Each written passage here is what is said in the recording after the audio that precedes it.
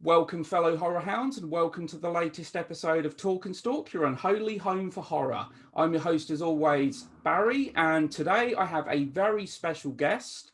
You may know him as Butterball from the first two Hellraiser movies. You may also know him as Onaka from 1990's Nightbreed. He's also got many other credits to his name. I'm hoping that he's not actually going to tear my soul apart by the end of this interview.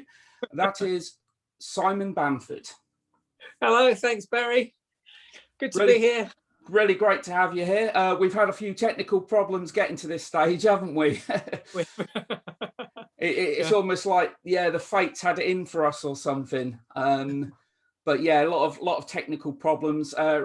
Really glad to have you here. Thanks for being here. Oh, you're welcome. No, it's good. It's nice going into the weekends with a bit of sunshine. Oh, don't say that. You probably jinxed it now. There'll be a monsoon coming down. Yeah, fingers crossed. I think we are actually scheduled rain tomorrow, actually. Surprise, surprise. Right. But you actually found something out about you quite recently, actually, that you're actually from Peterborough. I'm actually from Bedford. I was born in Bedford, and then I moved around an awful lot, but I did live in Peterborough for a while, yes. Okay. Which is where you're based, isn't it? It's actually, I've spent the majority of my adult life in Peterborough. I actually live in a village called Gamlingay now. All right. Most 34, 35 years of my life were actually spent in Peterborough. I'm ashamed to say. But no, there's far worse places, certainly. But really looking forward to this. And of course, I'm going to ask you a question that's you've probably been asked 9 million times before. What kind of lured you to the film industry? Because I know that you actually started life as a stage actor. Yes, I started life. I went to drama school because I was fascinated by performing when I was at school. And luckily enough, when I was there was a chap who just moved down from Liverpool with a few of his friends, and they were they'd started a fringe theatre company called the Dog Company, and they were based in the same area of North London that I was at drama school at, which was Crouch End. I was at Mount View Theatre Academy. Okay. And they came to see one of the productions I was in there, and liked what I did and asked to meet me afterwards, and that was Clive Barker. So I met Clive and Doug Bradley as well, who played Pinhead in the Hellraiser films. Yeah. And Oliver Parker as well, who is not as well known, but he he's well known as a theatre film director these days. Okay. He played the removal man in Hellraiser 1 and 2, and he played Kinski. Kinski, the one with all the dreadlocks in Nightbreed. But as a film director, he's done a lot of good stuff. Swimming with Men, he did recently. Dorian Gray. Gosh, he's done loads. He's got a really long list. Very, very prolific. Because you, I believe, if I remember correctly, you were noticed playing a fool during King Lear. Yes, that's right. That was the production that we were doing at drama school, was King Lear, and I was very lucky in that the guy who directed that production had played the fool for the RSC. Okay. So he knew the role inside out, so he could give me lots of tips and hints and ways to play it. So I was quite proud of the performance, and as I say, it's strange how one night on stage can change the kind of the path of your whole career, really. Yeah. Because through that, obviously, I joined their fringe company when I graduated, and then obviously that led to the Hellraiser films and the Nightbreed film. Then there was a bit of a gap. Clive moved over to LA, and production of Hellraisers moved over to America as well. So that kind of ended for me at that point. So then I did a lot of theatre work as well. Yeah. So again, still a lot of horror stuff. Actually, I did Little Shop of Horrors. I played what's his name? Can't remember the guy's name. Seymour, not Seymour. Seymour Krelborn. Seymour. Yes. Yeah. Yeah, Seymour I love Crawford. the 1986 film. I'm not actually a huge musical fan, but Little Shop of Horrors, without a doubt, is one of my favourite musicals of all time. Yeah, no, it Absolutely was love good that fun. film. I saw it in the West End before I played it, and I saw the wonderful lady who played it in the film. She was absolutely outstanding live. Really, really wonderful. Yeah. Again, I can't remember her name. I'm a bit brain dead today. Sorry. Okay, it's all right. So yeah, I mean, obviously quite a contrast starting off on stage, and then obviously you landed the role of Butterball, obviously from in the first two Hellraiser films. How did that role land for you? So we did the Fringe Theatre Company with the Dog Company, and we did quite a few productions. We went over to Holland. We went up to the Edinburgh Festival.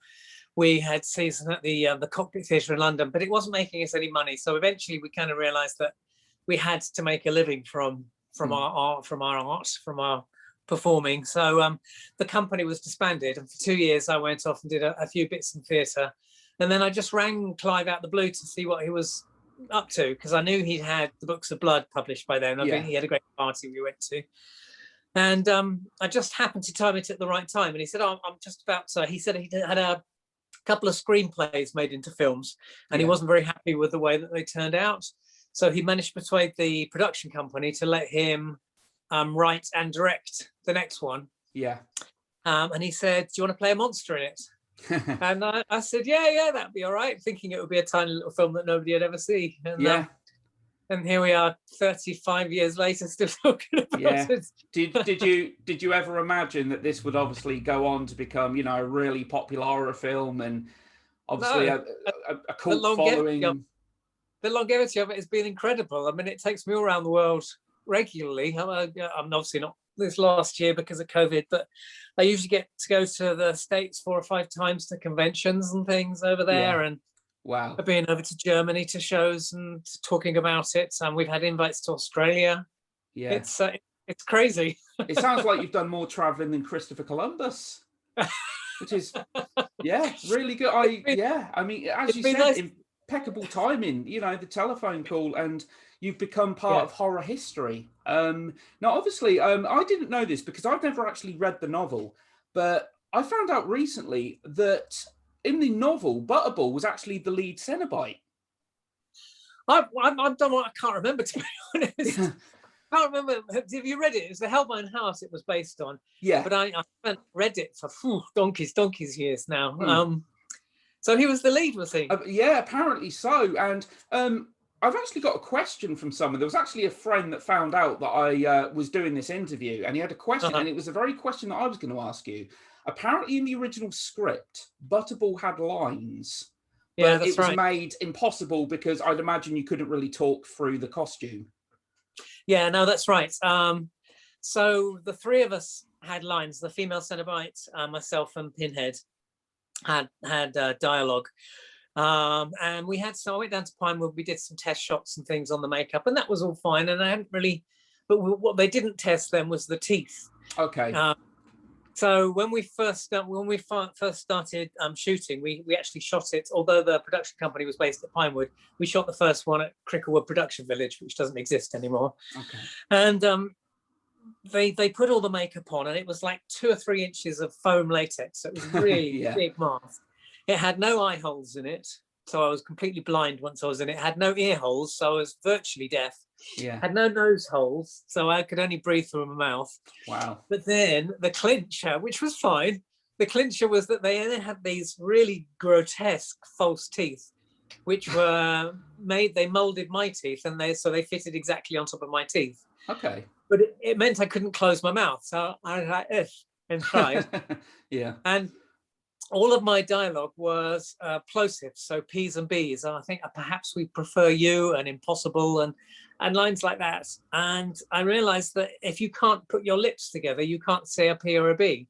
Yeah. So, and I was trying to explain this. To them under all this makeup. I can't talk with those teeth in. And at that point, it was still quite a low budget film. So they went away. They had a big discussion about whether they could put my voice in post-production. Yeah. But they didn't think they had the budget to actually do that. then. Oh, okay. So they came up with the decision they'd have to take all my dialogue away from me, and again they gave it, I think, to the female Cenobite. She got more dialogue and I got none. Yeah, it was a very bad day for me. I was very upset. still a lot of presence, You know, all of the Cenobites in that film just look great. I mean, you know, they probably could have put subtitles at the bottom of the screen, maybe, when you are. But yeah, and interestingly, actually, because during the original film as well, he wasn't even known as Pinhead, was he? He was no. The in the original script, it was lead Cenobite, fat Cenobite, female Cenobite. I can't remember what Nick's character was. We all were given the names that they were nicknames that the special effects guys gave us were Butterball and Chatterer, and in fact Chatterer was originally Poor Bastard, because somebody said, as an actor, got to be under all that makeup, and they went, oh, Poor Bastard, and that was his name. And female Cenobite's nickname was Deep Throat. Yes, I was actually just going to ask if that was true, and you've confirmed it. Yeah, it was Deep Throat, which had kind of sexual connotations, and also, of course, Watergate connotations at that time. So I think they went with all of the. It was a shame, really. They went with all of the nicknames apart from the female, and she's just known as female Cenobite in the credits. But we were quite glad they weren't expecting us to be quite as popular as they expected. The kind of the real monster, if you like, of the film was actually Julia. Yes. Because and it's a love story to a great extent. It's how far would you go for your loving? You know, would you kind of like forbidden love and forbidden pleasure, and a very daring film as well. I mean, it was released in '87, and you know, we hadn't seen creatures like that. We hadn't seen characters like that on the screen before. No, and Clive went to some very dark places. He did a lot of research into African tribes, because again, back in when it was being conceived, body piercing wasn't really a thing. I mean, people pierced their ears, but that was it. So we had all these books of piercings from African tribes, but also they had books of sadomasochism. Yeah. So they were using lots of that, and I think Clive went to a few sadomasochistic clubs to kind of get ideas. He went to quite dark places, I think, to get inspiration. He was very clever. He put in a lot of stuff. He knew that it was really pushing the boundaries of what was acceptable. So he put in a lot of extra stuff that he knew would be cut by when they sent it to be certified. And they said, you can't have this, you can't have that. And they actually said, no, you can't have this. All the things he knew that they wouldn't allow, they took out. And of course, they left all the stuff that he wanted to keep. So he was very clever that he played the... I mean, the title as well, Hellbound Heart, I believe it was originally called that because I believe the story was from 1986. And it was part of a series of books. Was it in an anthology of books? I think so. I don't know. It was a little novella. Yeah, it wasn't one of the books of blood, as far as I know. Okay, I think then it was after the movie. I think I read that basically it became out on its own. But the reason they didn't call it Hellbound Heart was they didn't want to kind of like promote it as a love story, if you will. Which is interesting because the score is a waltz. You know, everything about it points to it being a love story, and that's one of the themes that Clive is fascinated by is the universal themes that Shakespeare loves so much, and death, love, passion, pain, all of those things. And he plays with them incredibly well. Oh, I agree. The score's beautiful.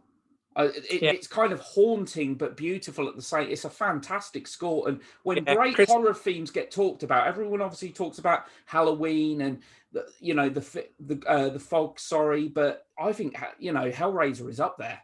No, Christopher Young did a really good job, and in fact, they said Christopher Figg, the producer, and Clive, when they first saw the film with the score for the first time, they realised that they got something really special. You know, it just completely finished it and was perfect. Sometimes films come together and it's just a lot of lucky coincidences that you get the right score, you get the right lead actor. Clive says that Julia's performance is the one that really makes the film, because she pitched it so perfectly. Yeah. If she'd done it in any other way, it might not have worked. But because you're asking an awful lot of an actress to say, I'm going to go down this spiral to a point. I'm going to believe that my boyfriend has come back as a zombie, and I'm going to go and pick up chaps and kill them with a hammer. It's a lot to ask an audience to believe, but she did it beautifully. She's a wonderful actress. Yeah. And of course, Doug Bradley, just cementing himself as a horror icon. Yes. Just his voice, his voice is just. Doug Bradley is the kind of person that could swear constantly, and it's just he could make swear words sound beautiful. He's just. It's that strong, distinct accent, isn't it? We had a little meeting last week, actually, Doug and Barbie and I, and he's even when we were in the dog company, he's got a very Shakespearean quality about him, and it is perfect. I mean, he found, and I think we all found, the makeups were so powerful that Clive kept saying to Doug, "You need to do less. You need to do less." And for all of us, it was our first time on a film set, including Clive. Yeah. And so we got to a point where we were doing absolutely nothing because the makeups were so powerful. And of course, his voice was so good. Yeah. You didn't need to do anything else. The less we did, the more powerful we became. The more we did, the more it weakened it. It was an interesting conundrum, but it's hard for an actor because you think, but I'm not doing anything. But that's what works in that situation. I think just the look, the moment you see Pinhead, the moment you see him, it just screams, this is a character that you're not going to forget. Yeah. His, as you say, his voice, when he talks, you listen. It is perfect casting. Yeah. But I know that, interestingly, he was contemplating, even if it was just for a small period, he was going to be the removal man.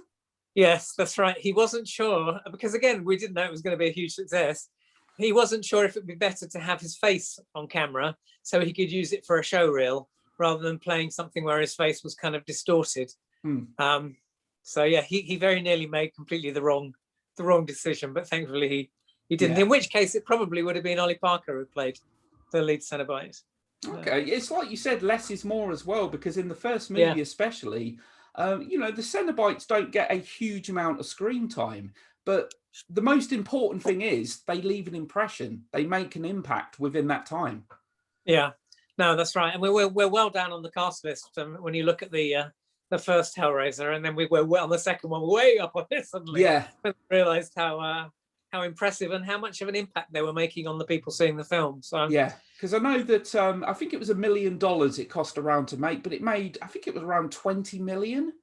Yes, it made a lot of profit for the backers of it, and in fact, it kept New World Pictures going for a long time, because after that, I think they were in the doldrums a little bit, and that the profit from that kept them going for a kind of good decade or more, I think. Yeah.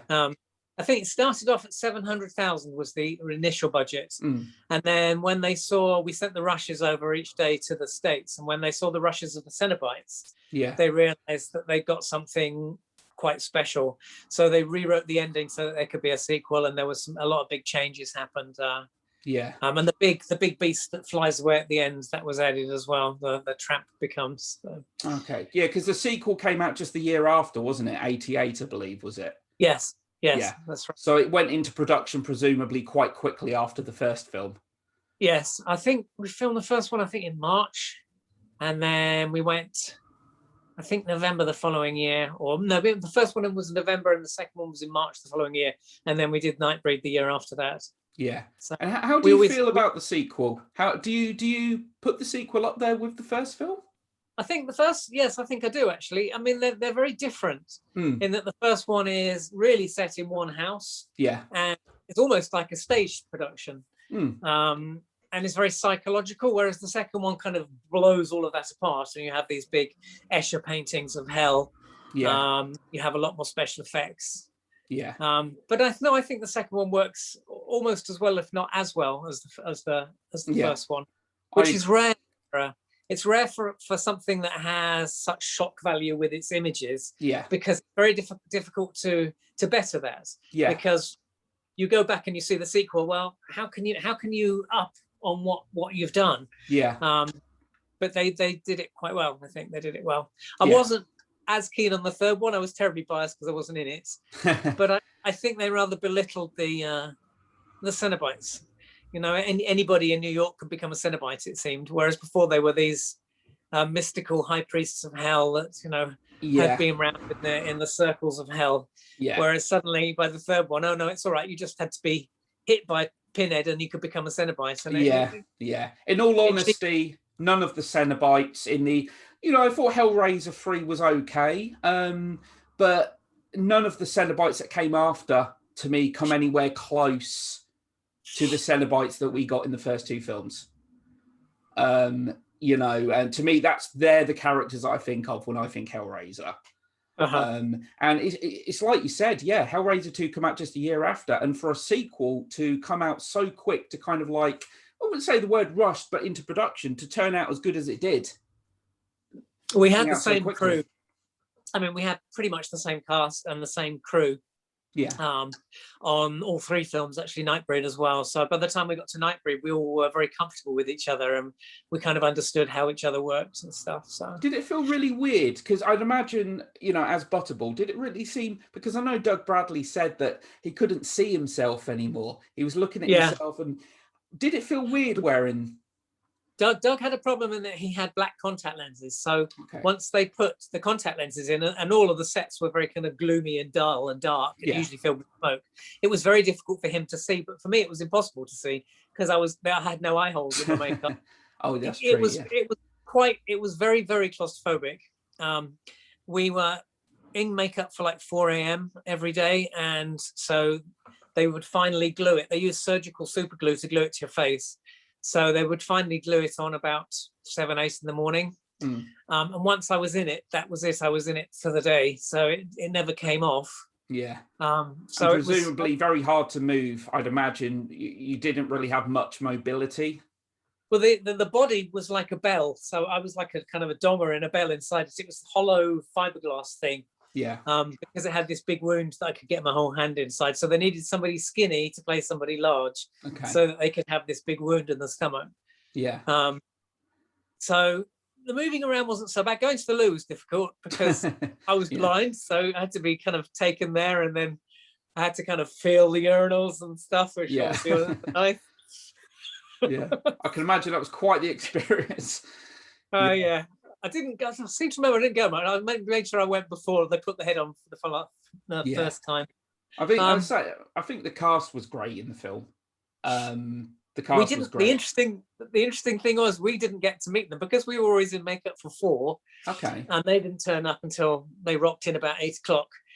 When we actually got to the wrap party at the end of the film, like 3 months later, none of the cast, who obviously knew each other very well by then, had a clue who we were, and that was all 4 of us, because they didn't recognize us. So we had to introduce ourselves as the people they'd been working with for the last. So they just thought you were probably gate crashers. I think they think we were crew or something. Yeah. It was. Yeah. So I mean, very funny. We've met them more at the convention since than we did, and talked more. Yeah. So obviously after Hellraiser 2, big successes. Obviously came Nightbreed, which was also directed by Clive Barker. Now, obviously, we spoke briefly prior to the interview. There's going to be people that are going to want to crucify me for saying this, and I feel really ashamed for saying this, but I've never seen Nightbreed, but I do actually now own it. And I'm going to be watching it tonight, and I know it's very much a cult movie. It has an ardent fan base. How did you land the role there, and what was it like making Nightbreed? So it was after we wrapped on Hellraiser 2, we knew that Nightbreed was in the pipeline. It was coming up, and I didn't hear anything for a while. And so I rang Doug and I rang Nick and said, "Have you heard?" And they went, "Oh yeah, we've heard. We've got our parts and everything." I went, "Oh, okay." So I rang Clive, didn't hear anything. So what happened was they cast, Narca originally was going to be Mark Almond. It was going to be me, then it was going to be Mark Almond. Okay. The singer. Yeah. What band, sorry? I can't remember what band he was in.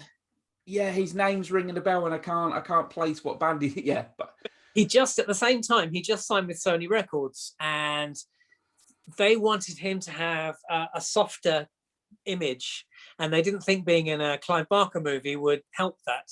So he pulled out, and then I got my role back. So good. I finally got that back. So that was nice. It was incredible being at Pinewood. They had several sound stages at Pinewood, including one of the really big ones. Yeah. And the set for Nightbreed was huge. I mean, it was like 5 levels high with these rope bridges going across it. You'll see when you see it. And I'm quite glad you haven't seen this, actually, because it means the first time you see it will be the director's cut version, which is the one you've got there. Yeah. Which is by far the best version. There was it had a huge hype around it when we were filming it. There was a big budget on it for the time. They reckoned it was going to be the new Star Wars film that was the kind of the buzz and the word going around for the kind of fantasy genre. Yeah. So everybody was very excited. It went terribly over budget, which was a problem.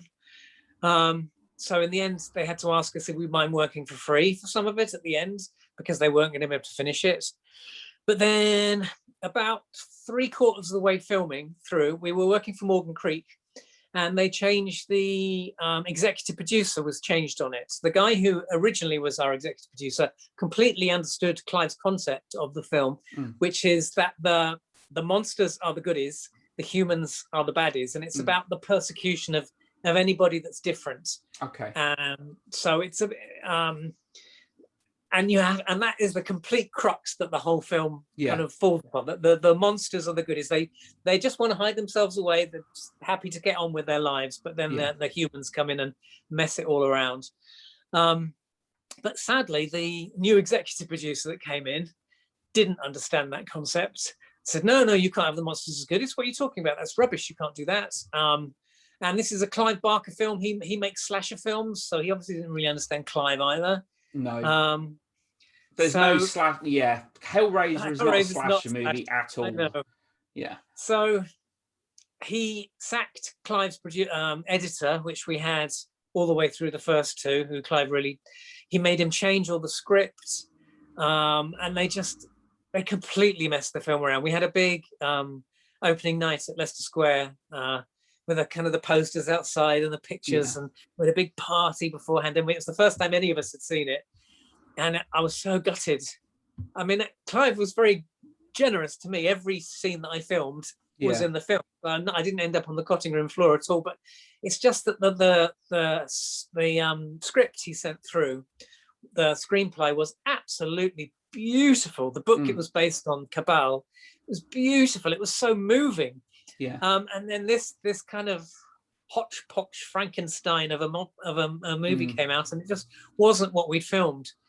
So it's taken a long time, and although the director's cut isn't either what we filmed really, but it's the closest you can get to Clive's vision of how it comes together. The director's cut gives time for the lead characters to establish themselves and for the audience to get to like them. And that is absolutely crucial. So you can go with them on the journey. Yeah. Whereas the theatrical version didn't have that. It was terribly rushed. So it's a shame. That's a shame. You hear it too often: studio interference, butchering films, and getting a tarnished product. But I'm still really looking forward to seeing it. Obviously, I'll let you know what I think. And I know I've got a couple of friends absolutely love this movie. And I think they were going to actually unfriend me at one point when I told them I hadn't seen it.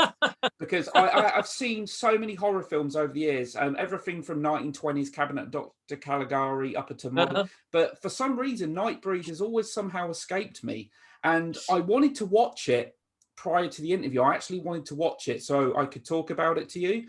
But unfortunately, it only arrived today. It should have come yesterday, but it was a day late. So, but yeah. So, yeah, really look at. I know that Davey Cronenberg, kind of like one of the kings of surrealistic body horrors in there, isn't he? Yeah, that's right. I was a huge David Cronenberg fan. I think we all were, to be honest. So, when we were filming it, he was at his prime. Yeah. Scanners and the Fly. I think he did the Fly. He did the 1986, Fly. And when we were filming it, he was actually writing and casting the Naked Oh, Lunch. Naked Lunch, yeah. So we were all trying to persuade him that we could play cockroach typewriters, and Yeah. we all failed. Yeah, Cronenberg, Cronenberg, great director. I think one of the best of the genre, and so many kind of Videodrome, obviously another one, and I like Dead Ringers as well. I feel like that's one that doesn't really get talked about that much.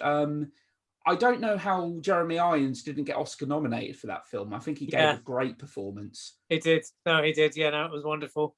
Playing two characters as well. And he's the nicest of men. He's the most gentle person. You know, it's quite often with horror, the people that you would expect are not like that at all. No. He had his daughters on set and his wife. They were all there because he was in England for quite a long time. He's Canadian, I think, Davey Cronenberg. Yeah. He was just lovely, very gentle spoken. And in fact, that kind of comes across if you get. Well, I won't spoil it for you. Okay, but I believe he's notable as well for being the only, less said about the film the better, but he's the only horror director that I think that has been killed by a slasher movie villain. He was killed by Jason Voorhees in Jason X. Right. He appears near the beginning of the film for a few seconds and he's killed by Jay, but we won't talk about the film. So yeah, I mean, some of the other things, there's actually a project that you've been involved in and starred in that I'm actually quite excited to watch. Now, I've only just heard of this, and it's right up my street from the sound of things, and it's a show called Dark Ditties Presents. That's right, yes. So that started, the guys who made that, they were great horror fans from Birmingham, and they decided they wanted to make a documentary about Hellraiser, the Hellraiser films. Yeah. So they contacted me, and we were doing a convention in Birmingham at the time, and we met up afterwards, and they ended up creating Leviathan, which is this 7-hour documentary about Hellraiser. Yeah. And it's really good, but it's 7 hours. Yeah. But we got on like a house on fire. So that was good. And then for their next documentary, they were going to make one about Fright Night. Okay. And they decided they wanted to have somebody to do the links in the documentary as Peter Vincent. And they wondered who they knew who looked a little bit like Roddy McDowall. And they thought, oh, that Simon guy, he looks a bit like him. And the special effects guy on that had Roddy McDowall's life mask. Okay. So they had Roddy McDowall's face on. And then I did all these links, and that went down really well. And then they decided that they were going to have a go at making their own. At the time, it was just going to be Dark Ditties, The Offer. Yeah. Okay. But it became a series. So yes, so we've done, and I've since become an executive producer on that as well. Okay. So it's very British. Yeah. Some of it is funny and kind of tongue in cheek. Some of it is incredibly serious and very, very dark in a profoundly disturbing way. Okay. One of the things I and the other actors who work on it love is that we get to play lots and lots of different characters. So although it's an anthology, all the bits of it link together. Yeah. By episode 5, which is just about to come out, called Dad, that's beginning to link together. Episode 6, which I've got the script for here now, that kind of ties all the bits. That's the series finale for the moment. Okay. So the first one is like it's like a 7 strangers lured the trailer. To a house. It looks yeah. So it's like Agatha Christie. Yeah. Meets Saw. Yeah. I'm on board 100%. I've actually already said to my fiance, I know what we're watching tonight. We're watching Nightbreed, and we're going to watch this show. I have a profound love for it. I love anthologies. Everything from Tales of the Unexpected, Tales from the Crypt, The Twilight Zone. There's a show at the moment, I'm sure you probably heard of it, Inside Number 9. Yes. Yes. They've got a new series starting today, I think. Is it tonight? Monday. Looking forward to it. And they've already greenlit a season 7 as well. Shearsmith and Pemberton, I think they're just brilliant at what they do. I watched a couple of trailers for this, and this show looks right up my street. And I because you're in every episode, right? Every single one. Yes.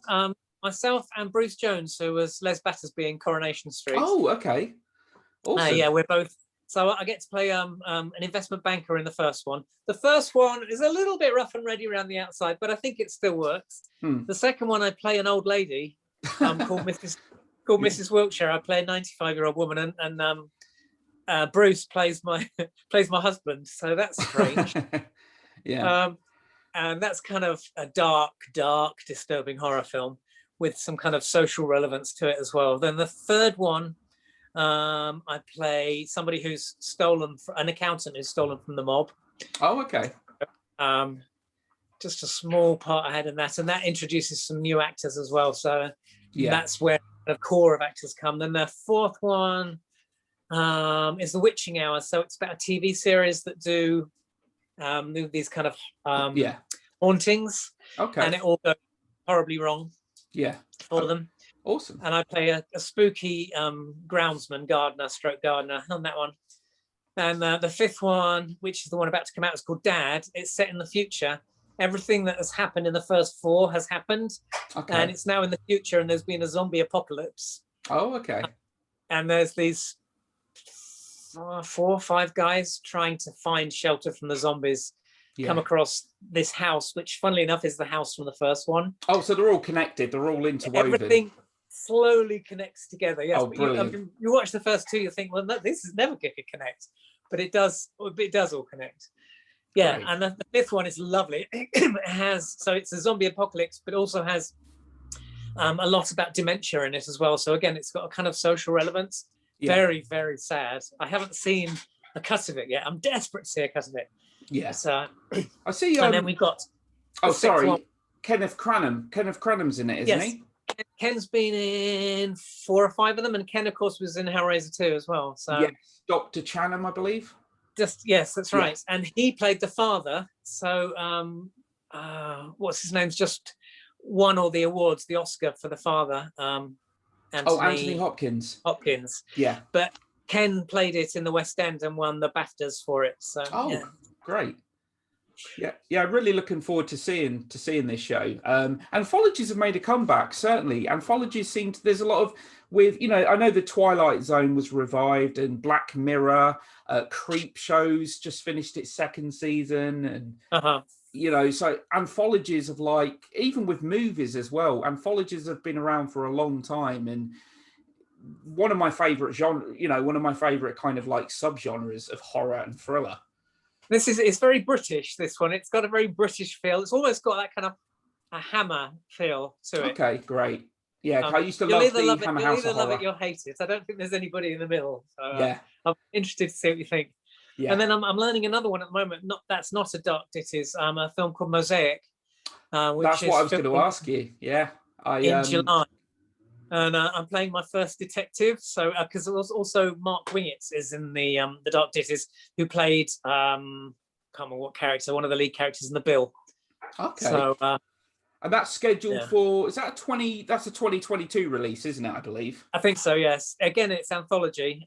My character is Detective Foley, and all his stuff ties everything together. So I'm working on playing a detective and making it quite serious. And, do you prefer, do you have a preference for comedy or serious? Do like, if you had to choose between the two, or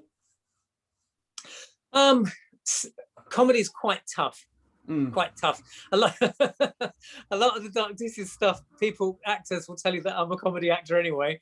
I do tend to play characters more, and that in the Dark Ditties that kind of becomes obvious, whereas I'm quite looking forward to playing Mosaic because it is very straight, because all of the little anthology stories are big, out of the way, kind of big characters. I think it's quite important that my sections in it are quite straight. So that's going to be a challenge for me, but it's good to do something different. So it's certainly on my radar. And I will say about Peter Vincent, because actually you got there way before I did. I was going to ask, because I haven't seen, I believe the documentary was called You're So Cool, Brewster. That's right. Yeah. And Yes. I unfortunately was unable to find any footage online for it, but my mate actually sent, and you were brilliant as Peter Vincent. The Loved great it. Peter Vincent. Yeah. Vampire Slayer. It's yes, great. I absolutely love Roddy McDowall. Me I too. really do. I grew up watching him as a kid.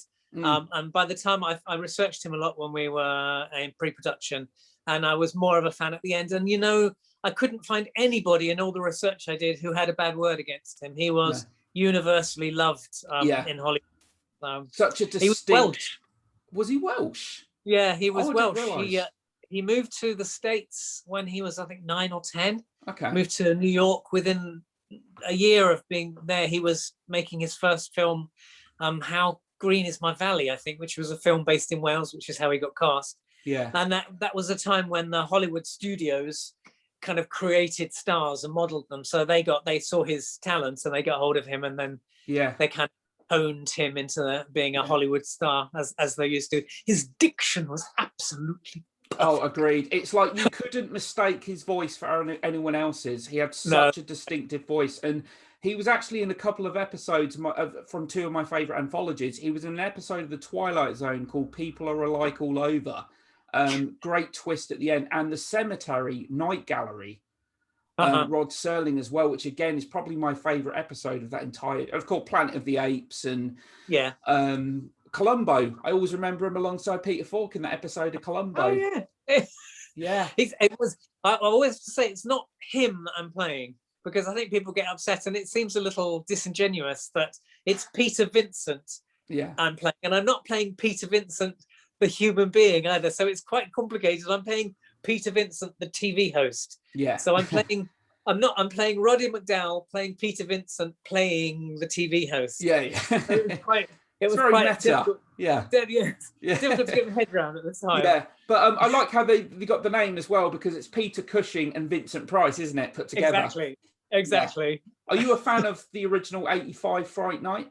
Yes, I didn't really know it that much, actually, but until they asked me to do it. And then, yes, I watched this and watched the sequels, and they're a very interesting story about how that all came together and how one of the producers was killed. And it all just kind of fell to pieces. It was quite shocking, actually, the detail. What I didn't realise was that somebody told me, I know somebody that's a bona fide huge Fright Night fan. Apparently, not Peter Vincent, sorry, Roddy McDowall actually collected real kind of artifacts to do with vampires and so forth. Oh, well. Apparently had a massive, extensive collection as well. Had absolutely no idea about that. I think one of his last film roles was voice acting. He voiced an ant in A Bug's Life, the Pixar film. All right. As well. But yeah, I thought that was great. My mate sent me, a few videos and that of you, and I showed my missus as well, and she absolutely loved it. We had I did a convention over in the States after it came out, and Chris Sarandon was sitting opposite me in the hall, and I had to get up my courage and go and say, "Hi, I played Roddy in the documentary that you made. I hope you didn't mind or find it too offensive what I did."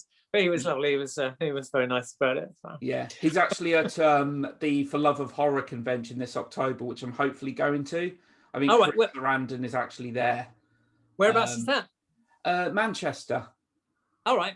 I just might have to try and win the lottery beforehand somehow, because there's just so many people, and I'm like, the finances is going to be a problem. The traveling there, I'm going for the 2 days, so stopping overnight as well. Tony Todd's there. Now, I believe that's what I wanted to ask. You've worked with Tony Todd, haven't you? Yes, I did a film called Dead of Night with Tony.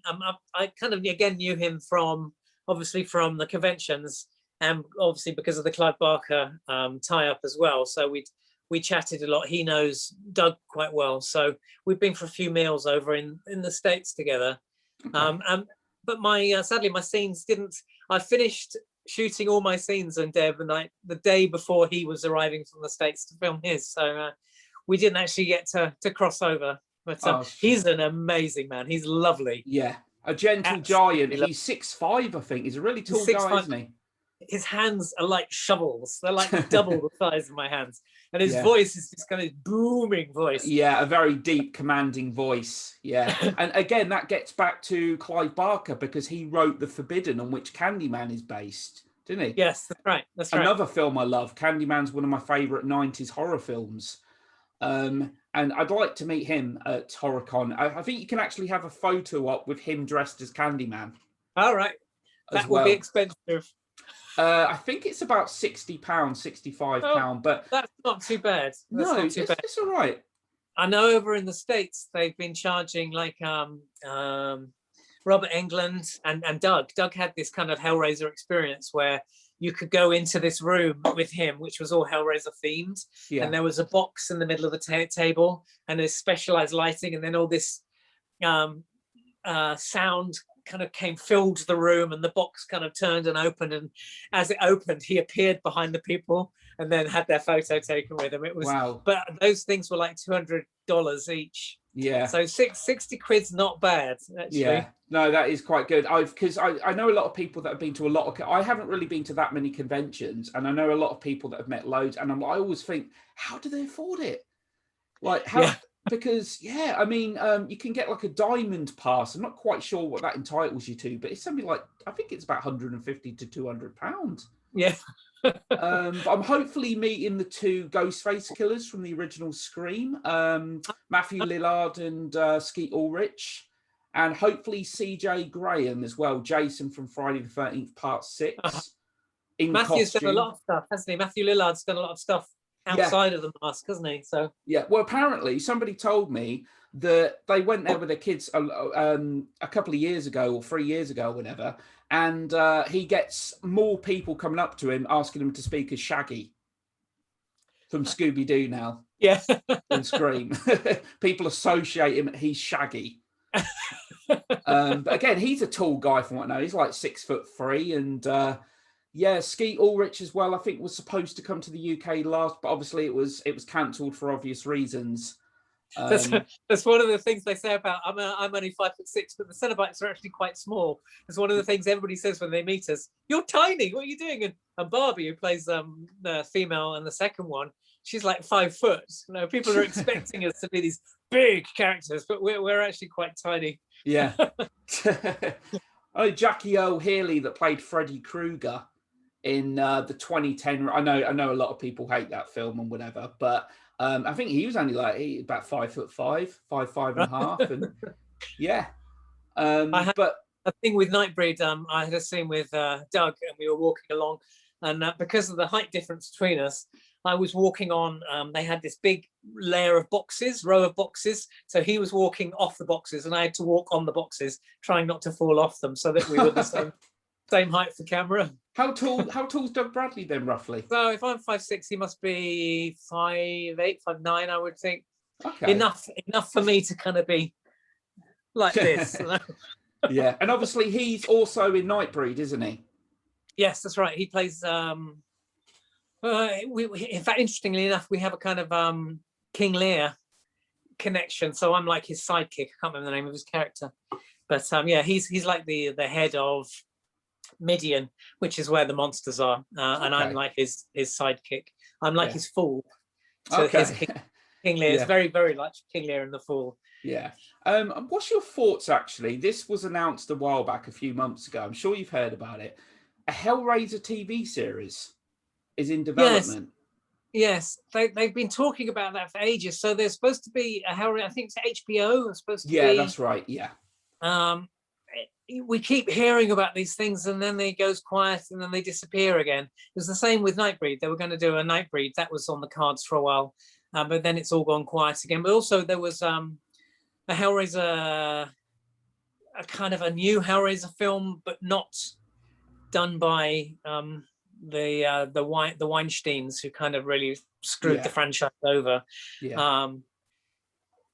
Again, that's gone quiet. So that was going to be a big budget Hellraiser film, and it was going to kind of start where the first one did and kind of move. And Clive did show me a screenplay for that one. So there is a screenplay knocking around, but it has been for a while now. Yeah. Last time I spoke to Clive was a couple of weeks ago, And he did say, and this was a public broadcast, a Zoom, so I can say it, that he is coming over to work on a horror series over in the UK. Okay. At Pinewood, I believe. Oh. So I don't know what it is. That's all I know about it. But I have heard that one from the horse's mouth. Yeah. And he did say it publicly on a Zoom call. So who knows? Yeah, because I'm not sure if he's attached to. Is he actually attached to the HBO series that was announced, or? I think he was connected with it. Yes, I think he was attached to it. But what I have said, I've just been watching Sabrina. Okay. The series on that, and I was watching the first series, and I thought, I recognise all that artwork. So in the Academy of Hell, I was looking at all the artwork, and it's all Clive's art because he does an awful lot of art. Yeah. So I texted him and said, "Is that your artwork all over the galleries of the Academy of Hell?" And he went, "Yes, well spotted," and it's everywhere now. I think I'm on season 3 of it, and his art is everywhere in that season the show. Yeah. So if anybody's watching Sabrina, look out for Clive's art. I've not seen it yet. I've heard good things. I've heard it's a good show. I think it's its 3rd and final season, isn't it? I think it's 4th and final. Yeah. I'm watching series 3, but I think there is another one after this. Yeah. I can see why. 3rd one's gone a bit teenagey, and then keeps having musical moments, which I'm like, oh god, yeah. Half of me loves it, and half of me is going, "What are you doing? This is for teenagers." Do you know what I mean? Yeah, I think sometimes as well, some shows never know when to. I mean, for example, The Walking Dead. I don't know if you watched that. I lost interest like going into like season 6, season 7. It's just kind of like has a lot of pacing issues. It's just like it feels like there's a lot of padding. 16 episodes could be shortened down to about 10. Yeah. It's like they're running out of ideas. I mean, what I love about Sabrina is that you can tell there are all sorts of references everywhere through it. So you can tell that the people who make it absolutely love horror. Yeah. And have real respect for it. And it's lovely seeing all the kind of little Easter eggs everywhere. This is a nod to that film, a nod to that film, and little lines from films. After a few Hellraiser lines I've noticed kind of popping up here, there, and everywhere. Yeah. The cast are lovely. You can't fault it, but it's a little bit. Half of it is adult, half of it is teenage, and the teenage makes me go, "Oh, maybe I'm a bit old." Yeah, I think sometimes they try to like appease to a younger audience, to more of a family friendly, and I mean, Creepshow. I don't know if you've seen any of Creepshow. Yeah, because that's good. It's very much an ode to old school horror, like, because as you know, Creepshow, the 82 film, is very much kind of a love letter to the EC horror comics of the 50s. Yeah. And this is essentially in the same spirit, the same tradition. There's one, if you're an Evil Dead fan, there is actually a segment in the 2nd season. It's brilliant. It provides a lot of fan service to Evil Dead fans out there. I tell you what I was going to say, you're talking about Walking Dead, and Clive, I was talking to Clive about it, and he had this idea of doing, because zombie, he said, I don't understand this big thing about zombies. And of course, if you think about it, I suppose Hellraiser was a zombie film because he came back from the dead. But Clive had this idea, which I don't think he ever did, which was actually of making the very first zombie film back in history, which would have been so shocking and would have upset so many people, which is basically the story of the Bible. And the very first resurrection, the very first zombie was Jesus. Yeah. So that's very, very Clive. How many people can I upset and shock? No, that would have done it, I think. Oh, definitely. Yeah. Oh God, you'd have riots, wouldn't you? You'd have a riot. There'd be people after his blood. But he's a hell of a visionary, hell of an imagination. Yeah. No, absolutely, he is. He's a lovely guy too. Yeah, it's got such creative talent. And actually, you've just reminded me of something. I meant to mention this earlier. Is this true that Clive Barker actually put this the title called Sadomasochist from Beyond the Grave? Yes, that's right. That was the original. I think that was the original working title or something for Hellraiser. Yeah. You can kind of understand it. It fits the film. Oh yeah, it does. Well. Yeah. And it kind of gives you an idea when he was originally working on it, where he was pitching it, where he was thinking it would be, which is very much in the kind of B-movie territory. Yeah. It screams B-movie, doesn't it? That title. Hellraiser is a great title, though. I think that's and I will say this as well: the tagline which is, what is it? Is it you'll have your soul? No, is it will tear your soul? We'll apart? tear your soul apart. Yeah. Great. Love the line as well. Doug Bradley just delivers that line brilliantly. Yeah. No, he's So what's some of your favourite horror movies out there? So my absolute favourite was the very first one, which really scared me, which was the original Texas Chainsaw Massacre. Oh, okay. Yeah. I saw that was banned in the UK for a long time, and I saw it in a private cinema in London when I was at drama school. And at the time, of course, there was no reality TV or anything of that genre. So, and it was filmed kind of like a documentary. And I think it says at the beginning, this is a true story. And then it was kind of filmed with this camera that was kind of moving around. And you thought, is this documentary? And then as you got into it, you thought, well, no, it can't be. But it was so terrifying. Yeah. It was completely unique. And thankfully, I got to meet Gunnar Hansen, who played Leatherface. Oh, wow. At a few conventions many years later, who's sadly no longer with us. I think it was a wonderful film. I really loved it. It's got like a raw, visceral quality to it, hasn't it? It's like you said, it feels authentic. And even though it's called the Texas Chainsaw Massacre, you assume a bloodbath. There's very little in the way of blood. It's the way it's filmed. It's just... Yes. Yeah. Rosemary's Baby, I really loved that. Again, when I was younger. Just the way that the tension builds up and that whole kind of paranoia thing of who can you trust? And then the answer is absolutely nobody. No. Everybody is against you. I'm quite a paranoid person, so that was the most terrifying. I'm glad you mentioned Rosemary's Baby. Believe it or not, that's actually the next podcast I'm doing. Oh, I love it. Rosemary's Baby is a classic psychological. Have you seen The Tenant, also directed by Polanski? No, I don't think I have. It was released in '76, so 8 years later. But I feel like it's really overshadowed. I think it's an underrated psychological horror film. I recommend it if you like films that are very cerebral, that blur the lines between fantasy and reality. Great film, but it doesn't really get much attention. The Tenant. Oh, I'll check that one out. I like Polanski's work. I know it's not fashionable to say that at the moment. Yeah, you got it. Yeah. But what about series? Are there any I'm watching Ratchet at the 2. Is that from One Flew Over the Cuckoo's Nest? That's right. Yes. Okay. I've got through episode 2. Oh my God! There's scenes in that. I won't spoil it, but there is a scene in that. I was like, oh my giddy God! I'm not sure I can watch this. And I haven't, and that was a few weeks ago because I'm building up courage to watch episode 3. Yeah. It's beautifully shot. It's got a lovely cast. I love the way that there is so much choice now, and so much of the stuff that is out there is beautifully filmed. It's not horror, but one of my favorite series at the moment is the Marvelous Mrs Maisel. I don't know if I've not heard of that. No. 1950s. I think it is on Amazon Prime. It is Amazon Prime. Okay. It's again beautifully shot, and quite often they'll quite often put in these one shot sequences. Yeah. And when you've worked on a scene and you're just gobsmacked that the camera hasn't gone off and they're still filming and they're still carrying on, and you're thinking, how the hell did they do that? Yeah. I know with Miss Wiltshire, because a lot of it was this old lady speaking to camera. There was one scene which I think was 10-12 minutes long. And they didn't cut.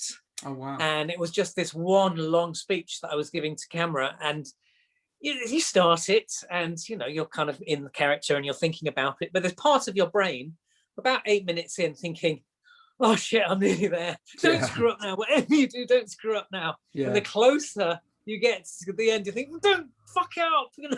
Keep going. Yeah. Because if you screw it all up, then you have to go all the way back and do it all again. I mean, you probably have to do it anyway, several times, but it's such a relief for everybody when you get to the end of the sequence and you've done it kind of I can imagine. Did you see the Inside Number 9 Halloween special? Because that was live. They did that live, the whole episode. I did see that one, yes. God, that must be terrifying. Did it fool you? Because I was like, I was swearing, I was like, what the hell? I knew something was going to go wrong, and they played on people's expectations. People were expecting something to go wrong, and they fooled most of the world, didn't they? I thought that was genius how they did that. But getting back to Ratchet, Sarah Paulson, terrific actress. She is brilliant. And there's a film that's on my list as well, Run. I watched it last week. It's a good film. I think it's one of them films. It's really well made. It's very well acted. You can probably see what direction it's going in right from the get-go, but the film is just carried tremendously well, especially by Sarah Paulson. It's very well directed. I hope you like that. It's a good thriller, I thought. Another Black Christmas, the original 70s film. Have you seen that? The original Black Christmas? No, I haven't. Oh, no, that's another. Yeah, one of my all-time. Now, are you a fan of anthologies? Yes. In fact, I grew up with the old Hammer anthology films. Oh, yeah, good stuff. I used to love those. There was one, I think, set in a fairground, and it was all kind of, they went around the different rides and things. I can't remember. It's long. I'm not sure. I mean, Hammer House of Horror. Yeah, I think my love for anthologies comes from like my mum. She loves anthologies and that. And I used to watch The Twilight Zone. Is still my all-time favorite TV series. Absolutely, yeah, I love The Twilight Zone. Tales from the Unexpected, as we again yes. Kind of Roald Dahl type. Yeah, I've recommended that show to so many people. Tales of the Unexpected, and some people they seem to be put off by the low production values. Yeah, it's a real shame. It kind of adds to the charm. Yes. Well, I'm glad you say that, because you might feel that's about Dark Ditties. I reckon I'm going to like it. I reckon I will, honestly. But and Dead of Night, the original 45 movie, black and white, obviously anthology. I think that might be the first horror anthology film ever made, actually. Right. But yeah, Twilight Zone, isn't it? Just so ahead of its time. Yes, absolutely. Have you done the ride at Disney? I've never been to Disney, unfortunately. The Twilight Zone ride is amazing. You're in this lift that you think you're in this lift that's going to go up and then drop in the Tower of Terror, but it doesn't. It goes up and the doors open and there's this like 3D hologram where you see kind of ghosts but in real time, and they do something. Then the doors close, and then it goes up again, and then it opens, and it's like the Twilight Zone stars. Oh, right. Okay. Brilliant. And then the whole thing comes out of the lift and goes into this kind of 3D star. It's so cleverly done. So clever. A real kind of I'd like to go. I remember as a kid, my dad used to tell me every year, it's like, we're going to go to Disney World. And it got to the point, it was like every year. And it was like, yeah, I don't think it was going to happen. I mean, it's very expensive, isn't it, to go, especially if you got like a family of 4. Yeah, no, it is. It is very expensive. Yeah. Yeah. But yeah, I definitely would like to, because we've got two little ones and that. So it's all, I mean, they'd love to go. I don't think you're ever too old for Disney either. No, I'm a great theme park junkie, to be honest. And we were really lucky. We were doing a show in Florida, a convention, and they invited the 4 of us from Hellraiser to go as guests. They're guests. Okay. And they gave us lifetime passes to, it wasn't Disney, it was Universal theme park. Okay. And so we've got VIP passes. We didn't have to queue for any rides. Obviously, we didn't have paid to get in. We went straight to the front of every queue. Yeah. And we can go as many times as we want for free for the rest of our lives. Wow. And I just went on ride after the Simpsons Ride. It was absolutely amazing there. Yeah. So, yeah, I love roller coasters. I take it you've been to Alton Towers, I'm assuming. Yes. Yeah. Oblivion, the 60-foot. Yeah. I mean, the thing is, right, it's like, it gets your adrenaline going and all that. I scream like a little girl. I'm like a little girl when I'm on there, but I just have to go on it again. It's just the adrenaline rush it gives you. But it's like you begrudge sometimes, like having to queue like 2 hours to go on something that lasts about a minute. Yeah. 30 seconds. Then, that sometimes that just builds up the excitement for it. In some ways, going straight to the front of every queue, you miss on all the theming that they have, and then they spend a fortune on the theming in the queuing system, so you don't see that. But also, you don't have that big hype getting ready for those few minutes. I mean, but when I've queued for an hour or 2 hours for something, and you actually finally sit in the chair, and the thing comes down, I start to hyperventilate. Yeah, it's more nerve-wracking. I think, oh, I can't breathe. Yeah. It's the more psychological build-up, isn't it? Exactly. Yeah, exactly. Yeah. My friend I went with a few years ago, he was like, he's not into white knuckle rides, but he said to me, he was like, I'm going to go on it, I'm hardcore and all this, and he went on Oblivion. It was the first ride we went on. He didn't go on anything else for the rest of the day. Should have seen the look of fear on his face. I think he saw his life flashing before his eyes as he was going down. And so he was resigned to being relegated to being the, the bag boy, the person that looks after the bags when everyone else. Well, the Simpsons Ride is one of those virtual reality rides. So it's actually this huge screen, but you're not aware of it.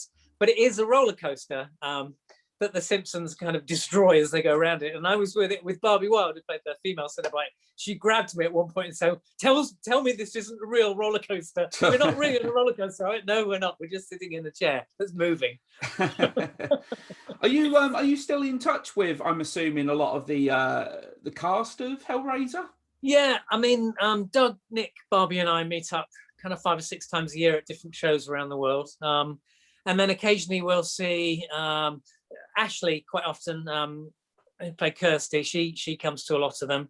And the Nightbreed cast as well. We see quite a few of those. More recently over in the States, Clive's been coming to some of them as well. So that's been really exciting. Spend some more time with him. Oh, that's great. In fact, I was supposed to do one in Las Vegas in March last year, and I was going to go and stay with Clive beforehand. Yeah. And then the day before I flew over there, it all got cancelled. So hopefully, I've never been to Vegas, but to be paid to go would be nice. Yeah, it's a place I've always wanted to go to. Actually, I was supposed to go years ago, and my friend ended up cancelling kind of last minute. Instead of the holiday savings, he spent it on a PlayStation instead. A PlayStation 4. Yeah, £450. I mean, I don't know, Vegas I like video games, but come on, Vegas could be a once in a lifetime thing kind of thing. Yeah. But so I think we're probably gonna have to wrap things up very soon, Simon. That's good. I've got another call to San Francisco actually. That's in what time are we at now? Wow. Yes, in half an hour. So that's good. That's good timing. Yeah. I didn't realize it's been well over an hour. I mean, time flies when you're having fun and that, yeah. Exactly. You're a very good host. Oh, thanks a lot. As I say, this is still kind of like all new territory to me, and but it's been absolutely brilliant talking to you. Thanks a lot for giving your time to come on here and that. And for people out there, check out Dark Ditties, the anthology. Yeah. I'm certainly going to check it out. We're on Amazon Prime, if you get Amazon Prime Video, and I think it's also on Vimeo now as well. Okay. So it's Amazon Prime in the UK and America, and Vimeo in the rest of the world. So yeah, because we get far less streaming services in the UK, don't we? We don't get Hulu, we don't get what's the other one? Right. Vimeo. There's one more. I've forgotten the name. There's one that people keep telling me about, and I'm like, no, we don't have it. We have Amazon, Netflix, and Now TV and Disney Plus. I think that's it pretty much. Yeah. No, you're right. Yeah. We're a bit more limited. And then Mosaic, I don't know where that's going to be when that comes out. Obviously Hellraiser and Nightbreed, they're around generally. Yeah. Haunting of Margam Castle, another one I did, which came out, but I only had a cameo in that.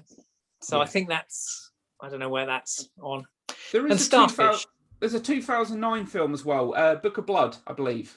Book of Blood, yes, with so I can't remember the actor's name. Jonas Armstrong. Okay. Who played Robin Hood. Yeah. That was fun. Another Clive film, actually. And the lead character in that was Simon McNeill. And Clive wrote that character about me. So when I found out, Jonas Armstrong is actually playing me in that film. So when they were filming it, I said to Clive, "You've got to give me a part." So they wrote a part for me of a removals man, funnily enough. Oh, kind of a running kind of history repeat. Yeah. Keeping with the theme and that. But it's been absolutely great having you on here. Thanks a lot again. and wishing you all the best. Obviously, keep in touch in that. And how long? I'm not sure if I asked you actually. How long did you live in Peterborough for? A number of years, quite a few years. I did panto there actually for a while. Oh, okay. What part of Peterborough did you live? Right in the centre. So, okay. Yeah, probably just near the regional swimming pool. Oh wow, that was probably about just 2 miles away from where I was living then. All right, yeah. No, I worked at the Key Theatre there for a few years. All right, cool. Do you miss it? So whereabouts do you live in the UK now? Yeah, I'm in Lincolnshire now, so not too far away. But okay, yeah, great. So yeah, that's pretty much it for today, I think. Thanks a lot to everyone that listened, and been absolutely brilliant having you here, Simon. And thank you. Let me know what you think of This Is and Nightbreed. I can't wait to tell you. I will let you know tonight. I'll give you a message, and I'll that's it for today's. And I do actually want to give a quick shout out actually to the Horror Theme, which is a YouTube channel that's certainly worth checking out. I believe you actually know one of the co-hosts on there. I think you recorded a video, an intro for him or something. All right, yeah. So that's it for today. Thanks a lot to everyone that listened, and we'll be back again soon to haunt you and torment you. Take care. Cheers.